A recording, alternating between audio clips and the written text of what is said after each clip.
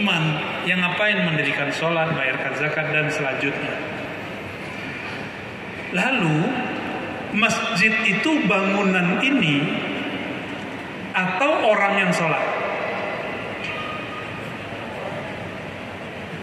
Ada bangunan di Eropa, di Paris, di Prancis, di Spanyol, bahkan di Turki ada bangunan gereja menjadi masjid. Masjid jadi gereja. Berarti yang disebut masjid itu bukan ornamen, arsitektur seperti ini. Ini budaya orang Indonesia buat masjid. Mesti ada kubahnya. Dulu Nabi buat masjid Nabawi tanpa kubah. Karena kubah itu tradisi orang-orang Persia dan Romawi. Ya. Jadi yang masjid itu apa? Masjid itu tempat orang sujud. Banyak orang sujud, tapi kolbunya tidak sujud. Maka tempat kolbu sujud ini juga harus diketahui. Ya. Di bagian manakah kolbu kita sujud? Ketika seseorang mengenali rahasia kolbunya, maka dia akan sadar kolbul mukmin baitullah. Masjid hakiki itu ada di kolbu. Itulah sebabnya malaikat itu datang bukan ke bangunan yang seperti ini.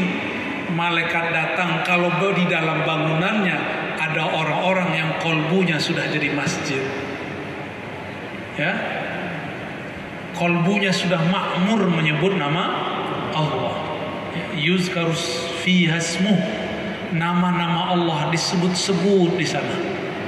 Maka setiap kolbu yang sibuk menyebut nama Allah, sibuk membesarkan Allah, kolbunya masjid.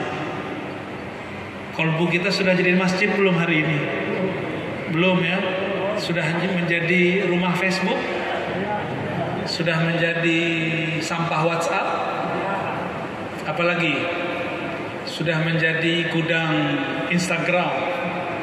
Kapan kolbu ini menjadi masjid? Apabila orang mulai menyebut nama Allah di dalamnya.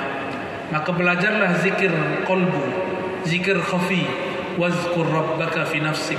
Begitu Allah berkalam dalam Al-Quran surah Al-A'raf ayat 205. Sebutlah nama Rabbmu. Siapa nama Rabb engkau? Siapa nama Rabb engkau? Allah. Katakan Allah di kolbu. Itulah pentingnya belajar zikrullah. Itulah pentingnya talqin zikir. Carilah guru yang tepat. Semoga beliau terima kita jadi muridnya. Amin ya rabbal alamin.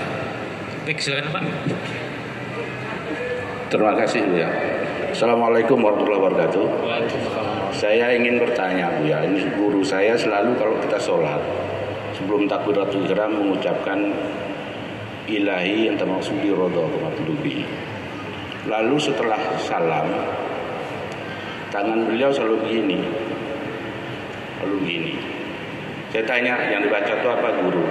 Istighfar katanya. Nanti kalau kamu sholat hati kamu pasti tidak betul, maka beristighfarlah kamu. Tapi ditandai dengan gini, saya khawatir Bu ya, itu menambah hukum sholat. Lalu dikatakan bid'ah. Lalu yang ketiga, setelah baca doa, ketika dia berzikir, dia mengucapkan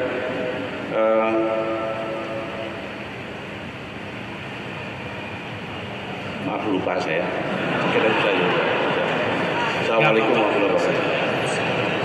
Baik. Bapak didoain orang, pertanyaannya kebanyakan. Baik, sebelum sholat baca ilahi anta maksud. Jangankan itu Bapak bilang gorengan, boleh. Saya mau makan durian boleh juga. Yang penting jangan setelah takbir Pak ya. Tapi kalau Allah Akbar mau beli durian ke baru jalan. Ilahi durian maksudi. Itu baru masalah Pak ya. Tapi kalau sebelum takbir bebas. Namun hamba yang sudah kolbunya menjadi masjid, kita kalau mau ke masjid khudzu zinatakum inda kulli masjid. pakailah perhiasan terbaikmu ketika ke masjid. Perhiasan kolbu adalah nama-nama Allah. Maka sebelum bertakbir, penuhi kolbu dengan nama Allah.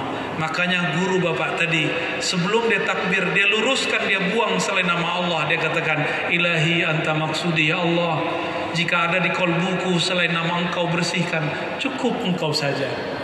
Jika ada kehendak-kehendak, ingin khusyuk, ingin sakti, ingin hebat, tolong luruskan, jadikan hanya ridhomu jadi tujuanku. Itu maksud beliau. Selama tidak dibaca dalam sholat, tidak bid'ah. Yang bid'ah kalau dibaca setelah takbir, ya. Ada yang baca ilahi maksudi setelah takbir, saya bilang ente ahli bid'ah, ya. Terus ada sholat, assalamualaikum, assalamualaikum. Sholat udah selesai belum? Boleh guling-guling nggak? Boleh loncat-loncat nggak? Boleh dengerin YouTube saya nggak? Kalau cuma begini-begini gini, boleh nggak? Oh, kalau yang akhwat bedak-bedak, boleh nggak bedak-bedak habis assalamualaikum? Jadi nggak ada masalah. Adapun beliau begitu karena Nabi dulu pernah setiap selesai sholat beliau minta ampun kepada Allah. Karena Nabi tidak punya dosa, maka beliau tidak megang apa-apa. Beliau cuma merasa berdosa. Karena merasa kurang cukup bersyukur. Kalau kita nih banyak dosa, mulai dari otak nih yang jorok. Udah jorok kan hari ini? Tuh, jujurlah, walaupun kepalanya pakai songkok, dalamnya jorok. Saya sama. Otak saya ini sama kotornya dengan otak Bapak. Cuma bedanya Allah pertemukan saya guru-guru yang mengajarkan cara mengcleannya, membersihkannya. Jadi kalau mau sholat terasa nikmat lagi. Kita mau makan, piring kotor, bisa makan. Kita mau makan, di baju ada bisa makan. Mau ke Namal mu'minun alladzina idza dzukirat wajilat qulubuhum. Jadi bagaimana cara agar ketika kita baca Quran itu nikmat? Karena kalau saya sering mendengar ceramah Ustadz itu Abu Ya tentang bagaimana cara berkhalwat dengan Allah Subhanahu wa taala. Terus yang kedua yang terakhir Abu Ya, mohon izin saya pernah mendengar, karena kalau kita biasanya ada nanti kalau di akhirat akan ada at-taghabun ataupun bisa dibilang hari ditampakkan semua kesalahan. Itu bagaimana pandangan ataupun daripada Islam kita ketika kita yang sebagai pendosa ini, bagaimana cara memotivasi yang terbaik pada diri kita? Kadang-kadang kita yang sebagai yang anak-anak muda tuh untuk melakukan kebaikan selalu dihantu-hantui dengan bagaimana kesalahan-kesalahan kita di belakang. Bagaimana? Mohon pencerahan Ustaz. Assalamualaikum warahmatullahi wabarakatuh. Assalamualaikum. Supaya tertarik membaca WA, kenali dulu siapa yang ngirim WA. Supaya menarik membaca message, kenali dulu siapa yang mengirim message. Kalau yang mengirim si dia yang kita cinta, walaupun beberapa tahun yang lalu dibuka nggak, dibalas nggak, asik nggak balasnya. Tahu-tahu balas berbalas sudah 2 jam. Ya, begitulah orang yang sudah cinta kepada Allah. Maka tahu-tahu baca Quran sudah 3 jam. Tahu-tahu baca Quran sudah tamat. Kalau sudah kenal kepada Allah yang menurunkan. Tapi kenal kepada Allah, semakin engkau mengenalinya, semakin engkau menyadari betapa engkau tidak dapat mengenalnya. Karena dia sangat-sangat luas. Dia sangat-sangat hebat. Semakin kita mengenalinya, semakin kita sadar, aku tidak sanggup mengenal dirimu ya Allah. Hanya engkau yang mampu mengenal dirimu. Bagaimana dengan pertanyaan kedua? Kita sama-sama muda, cuma beda umur. Saya sudah kepala 3 ya. Kalau 35 tuh kepala 3 apa kepala 4? 3 ya.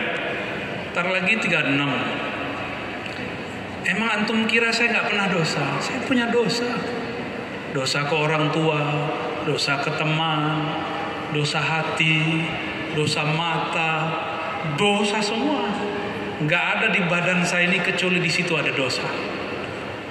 Tapi syaitan punya was-was. Nama syaitannya Al-Khannas. Kata si Khannas, ngapain kamu tobat? Besok juga maksiat lagi. Itu si Khannas. Kalau kita paham, Khannas ini sudah berbohong, sudah sombong. Tahu apa dia takdir masa depan.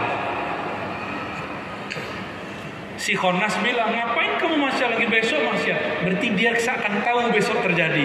Jangan tertipu. Seorang mukmin menganggap umurnya ya hari ini. Walaupun kita punya planning setahun ke depan, sebulan ke depan, 7 tahun ke depan, tapi umur seorang mukmin hari ini, detik ini, maka detik ini juga dia tobat, karena dia nggak tahu setelah ini masih bisa tobat atau tidak. Jadi tobat gak usah ditunggu-tunggu. Kalau pertanyaannya bagaimana kalau nanti diulang lagi, itu urusan takdir masa depan. Takdir ente hari ini pilih takdir tobat atau putus asa. Takdir bisa dipilih. Namanya kasab, usaha. Sebatas itu kita bisa memilih. Selebihnya itu pilihan mutlak Allah Subhanahu wa ta'ala. Allah yang menguasai. Mungkinkah Allah berkehendak kepada hambanya keburukan? Gak mungkin. Kalaupun buruk kata si hamba, pasti ada baiknya. Ya. Jadi kalau kita merasa masa lalu, antum kan masih muda ya. Ini yang tua-tua ini maksiatnya lebih besar dari antum. Ini mau soleh kok. Paling cuma maksiat 2-3 kali kan, ngicip-ngicip. Ini maksiatnya banyak ini.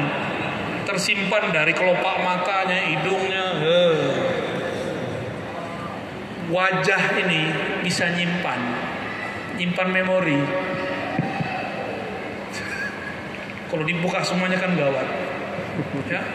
Maka kata Ibnu Athaillah Sekandari, orang hebat kasyaf itu bukan yang bisa membaca maksiat di tubuh orang, tapi dia bisa membaca di tubuh dirinya.